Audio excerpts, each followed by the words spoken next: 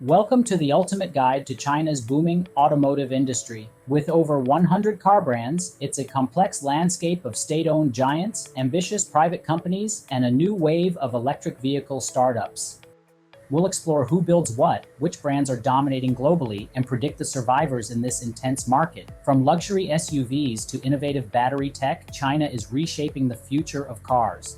There are more car brands operating inside China right now than in Europe, Japan, and South Korea combined. Over 100. Some you've heard of: BYD, Geely, NIO. Others you absolutely haven't.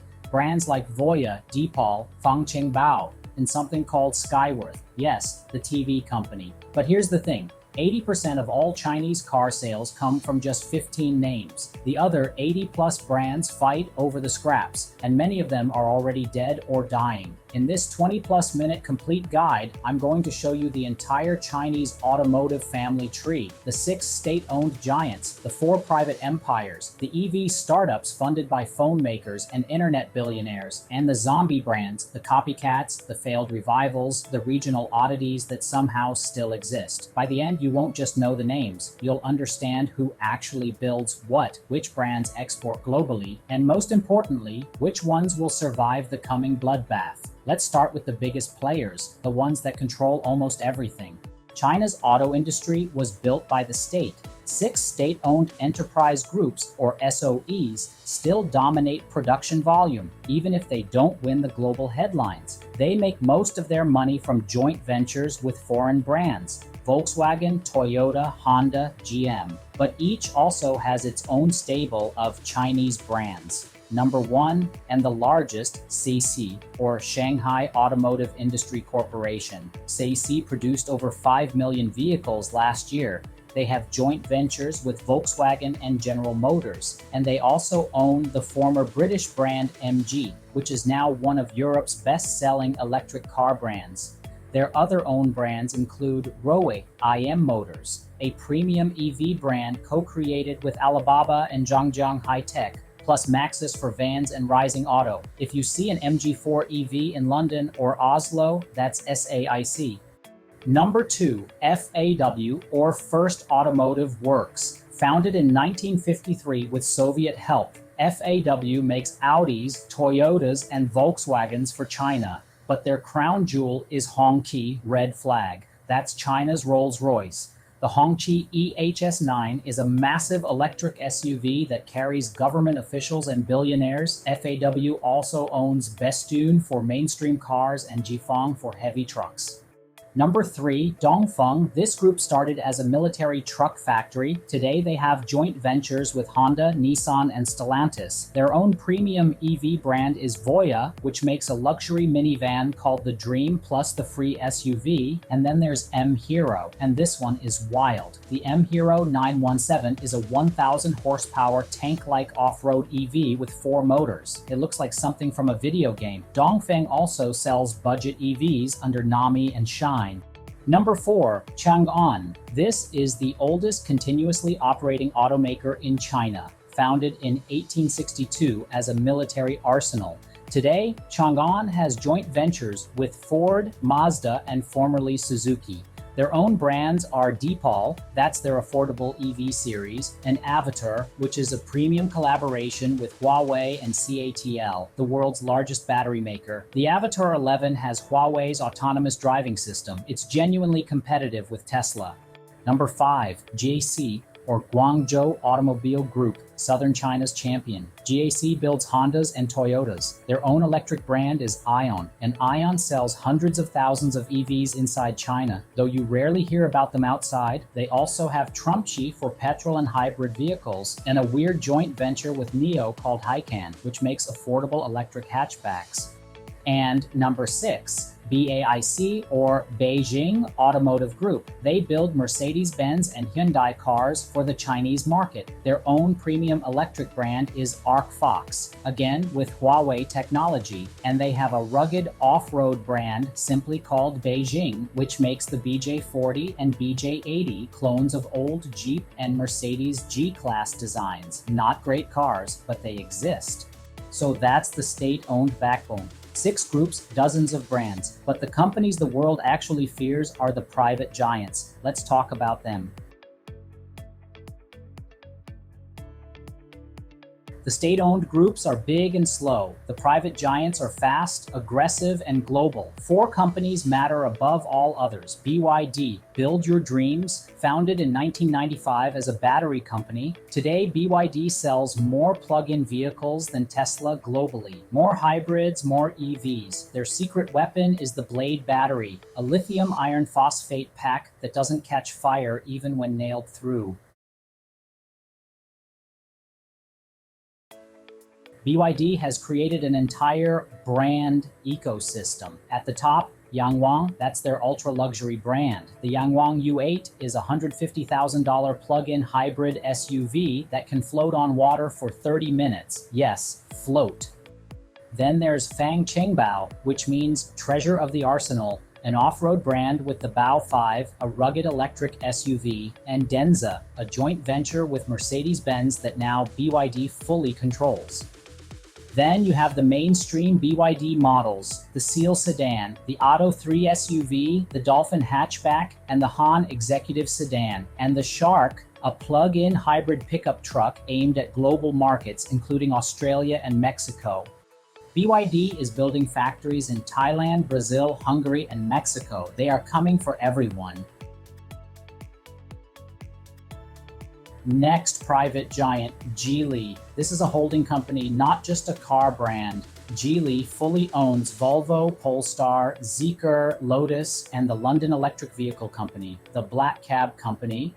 They own half of Smart with Mercedes-Benz. They own a stake in Aston Martin. They own Proton in Malaysia and Renault Korea. This is an empire. Geely's own brand vehicles include the Geely Galaxy series, mid-range hybrids and EVs, and the Geometry brand for budget electric cars. But the real star is Zeekr. The Zeekr 001 is a premium shooting brake that beat a Porsche Taycan on a track in wet conditions. And the Zeekr X is a small SUV that's basically a luxury car at a third of the price. The third private giant, Great Wall Motors. Great Wall does one thing better than anyone else in China: SUVs, trucks, and off-road vehicles. Their Haval brand, specifically the Haval H6, was China's best-selling SUV for nearly a decade. Tank is their body-on-frame off-road brand. The Tank 300, 500, and 700 are genuine competitors to the Toyota Land Cruiser and Jeep Wrangler. Aura is their retro EV brand, the Aura Funky Cat, which actually sold in the UK and Germany. And Wei is their premium hybrid brand named after the company's founder, Wei Jianjun. Plus Poer for pickups. Great Wall dominates Australia, Russia, and the Middle East. And the fourth private giant, Chery. Chery is the silent export king. They exported more cars from China than any other automaker for years. Not in revenue, but in units. Their main market is Russia, Latin America, Africa, and the Middle East.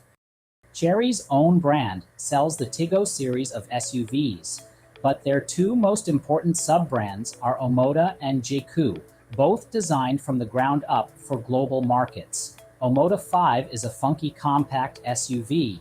Jaecoo J7 is a rugged off-roader. They also own Exceed for premium vehicles, Jetour for family SUVs, and Carry for commercial vans. Chery's quality has improved massively. They now get 5-star Euro NCAP ratings. So that's the private giants, BYD, Geely, Great Wall, Chery. But there's another layer. Premium and luxury brands that don't quite fit into those groups. Let's cover them quickly. Not every Chinese luxury brand comes from the private giants. Here are the premium players you need to know. Hongqi, red flag. We mentioned them under FAW, but they deserve extra attention. The Hongqi EHS9 is a full-size electric SUV that competes with the Mercedes EQS and BMW iX. It has a refrigerator in the back seat, massaging chairs, and a price tag to match. Government officials love them. Rich businessmen love them. Yangwang is BYD's ultra-luxury brand. The U8 floats. The U9 is an electric supercar with over 1,000 horsepower and doors that open like a butterfly, not a joke. Avatr from Chang'an, Huawei, and CATL.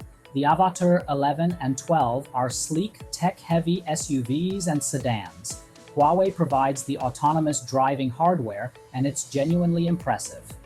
Voyah from Dongfeng, they make the Dream, a luxury minivan. Sounds boring until you realize the Dream has a 0 to 60 time under 6 seconds. That's a minivan that beats a Golf GTI.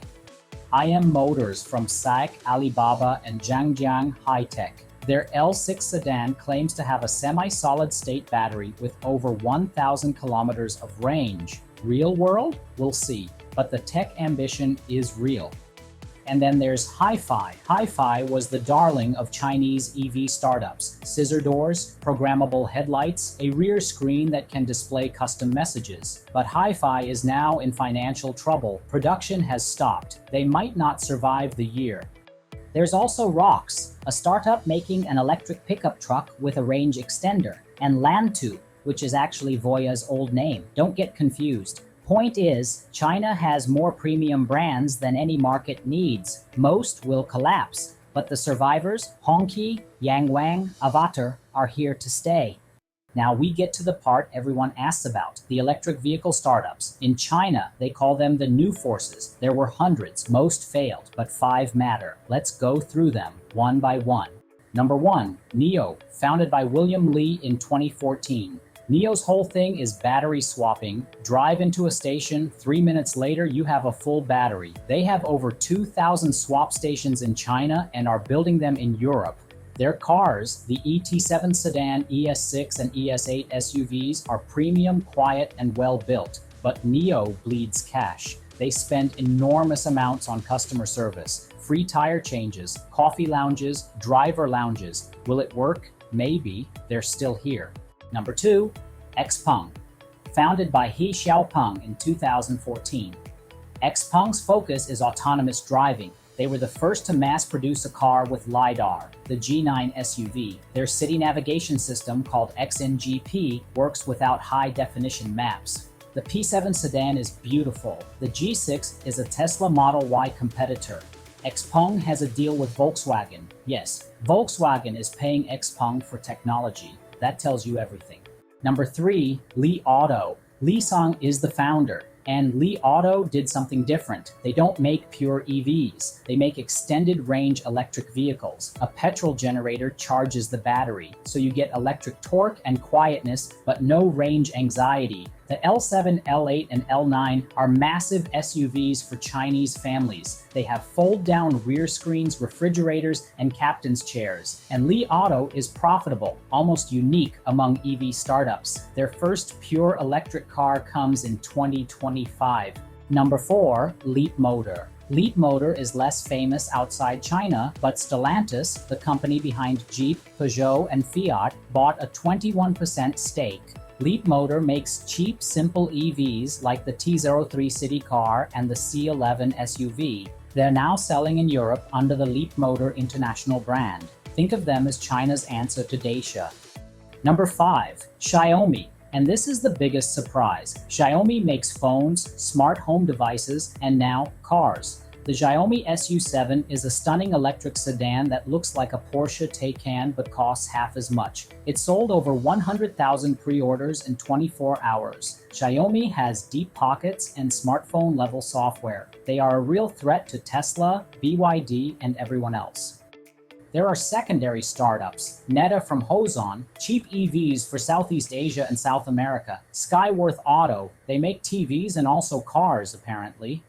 And then the dead ones, Weltmeister, bankrupt in 2023, Aways, tried and failed in Europe, Singulato, CHJ Auto, Innovate, all gone. Rule of thumb in China, if you haven't heard of an EV startup by 2024, they're probably already dead. We focused on passenger cars, but China's auto industry also dominates commercial vehicles, often invisibly. Yutong is the world's largest electric bus maker. If you've ridden an electric bus in London, Paris, Santiago, or Bogota, there's a good chance it was a Yutong. Zhongtong, BYD Bus, and King Long also export tens of thousands of buses globally. Then there's Photon, a Baic subsidiary that makes trucks, vans, and even pickups. Dian started as a motorcycle company and now makes cheap electric cars like the Yuehu, which costs under $10,000.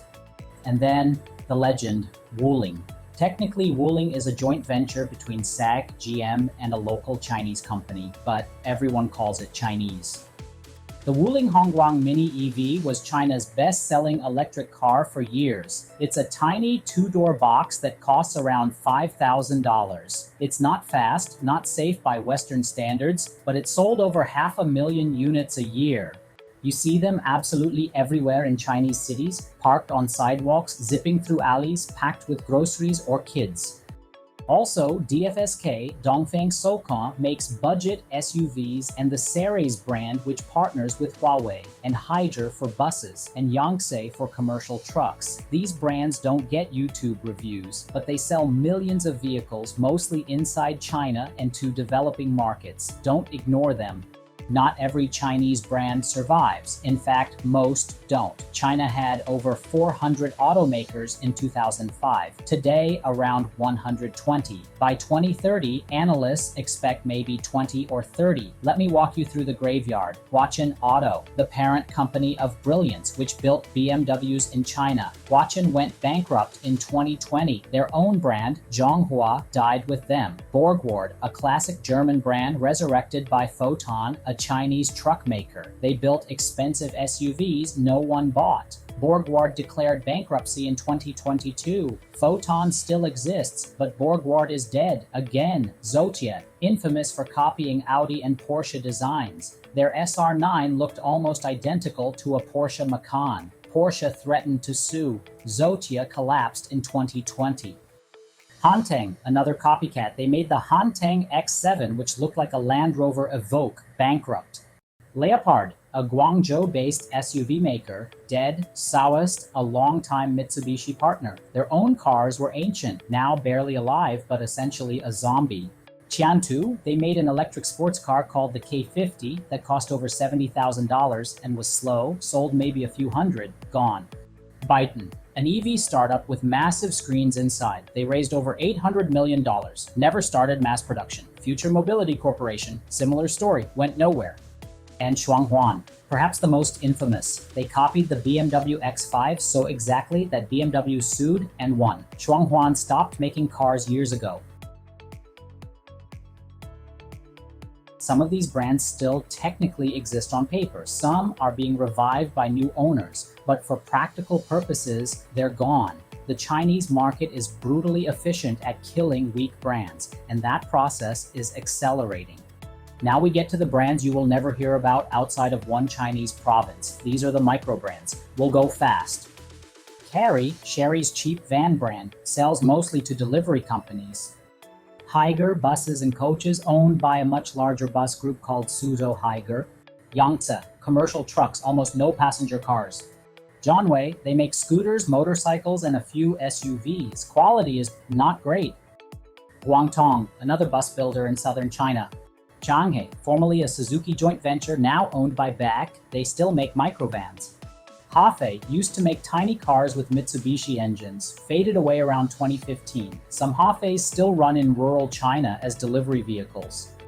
Fode made knockoff Toyota Land Cruisers, dead.